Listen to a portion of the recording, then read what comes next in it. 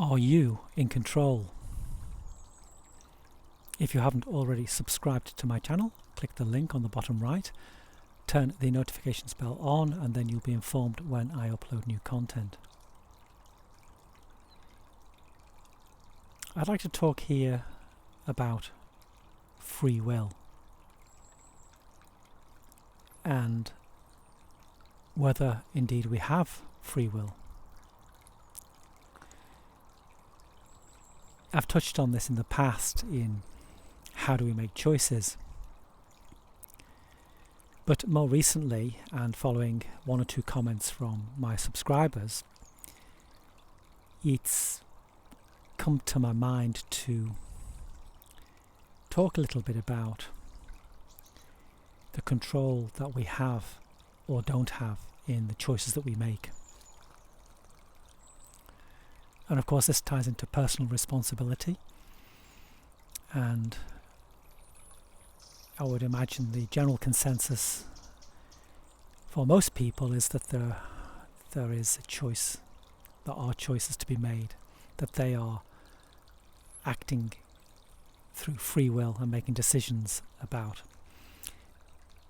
simple things like what they want for tea or what they want from a new relationship or a change of a career,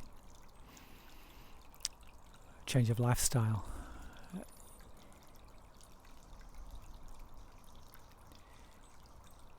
Now, this seems at odds with a lot of the messages that I've put out on the YouTube channel here, Seeing Now, and also in my book, No Path to Enlightenment, where I actually make a strong case that there is no free will. This goes down the path of predestination and opens up lots of questions. Now, it's important when we talk about decision making and free will that we recognize the context within which we're making the argument for or against. So let me say straight from the off that I believe free will and the idea that we choose, that we are independent individuals that can freely decide what course of action to take, or indeed what to think or what to say, is in a real sense illusionary.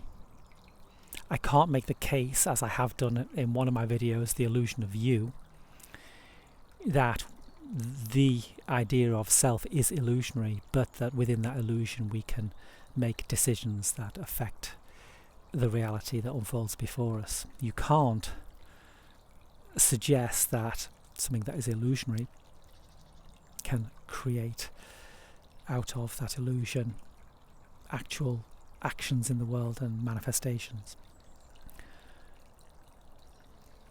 So, with that said, let's delve a little bit deeper into the implications of that, and also how, if that is the position I'm holding, do I function in the world, or does anyone with that rationale or that philosophy or that belief act in the world? Because we can have a position, we can take a position like that and make a statement, but then we have to also observe ourselves in our daily lives. I make decisions apparently all the time. What I'm going to do this afternoon, who I'm going to fit in the diary next week, what I'm going to do next month, next year. To be a person is to be in the world and is to act in the world and make choices. So there seems to be a paradox here, and of course there always is in life, isn't there? We've talked about the contradictions in the Tao Te Ching and how it sets up the paradox between, I would suggest, being and doing. And in the context I'm talking about free will, the being is choiceless. It is the unfolding of what is that happens despite you rather than because of you. And in that level of understanding, we take ownership of, take possession of actions after the event or decisions after the event, believing that we made them, when in fact the illusion of an idea of self, the I am, is a mirage and believes it is making decisions and then takes credit for actions and decisions, but after they have happened.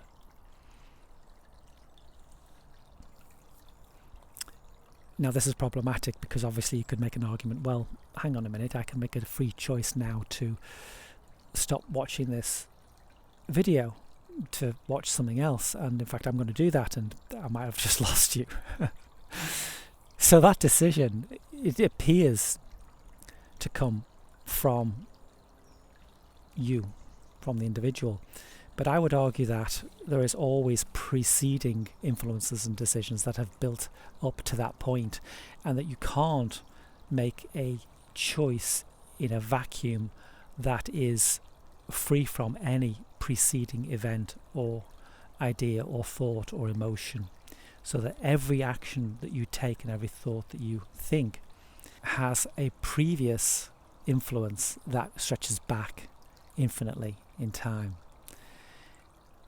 I think it is a stretch to assume that we can make independent choices from this vacuum of objectivity, this space somewhere within our own mind that is free from any influence. There is always a preceding influence, something that has led to this place. But still, common sense screams at us that we can make choices in the moment. It seems so natural and obvious that it's never questioned. Well, hardly ever questioned.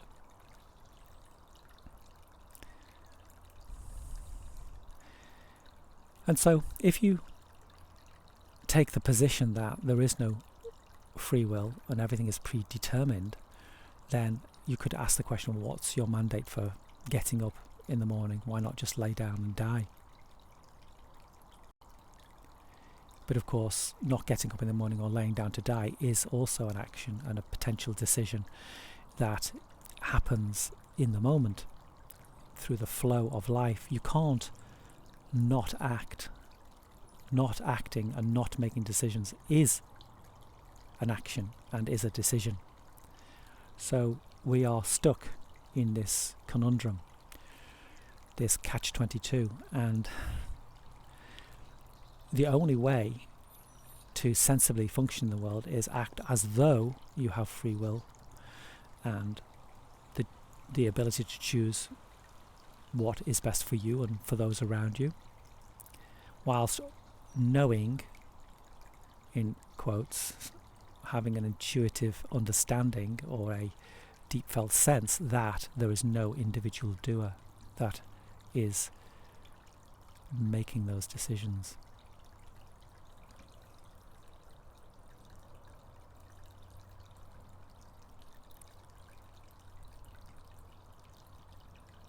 Act as though you have freedom of choice whilst recognizing that there is no individual doer thereof.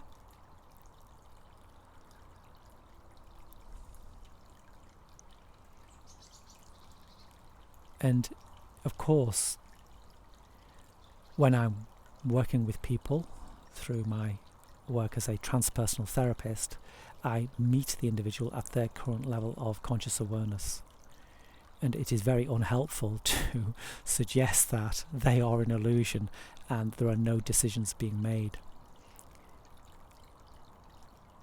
But by the same token, when one drops deeper into the nature of being, you can gently introduce the fact that we aren't deciding to go with the flow or making decisions as to where to swim in the stream, but we are the stream, we are the flow, there is no separation. And then what is unfolding, including the illusion of free will choices and making decisions, is that flow, and is exactly and perfectly how it should be. We are an interloper. The idea of the individual self adds themselves into the picture of what is unfolding, creates a reality of decision making and action and control where actually and factually there is none.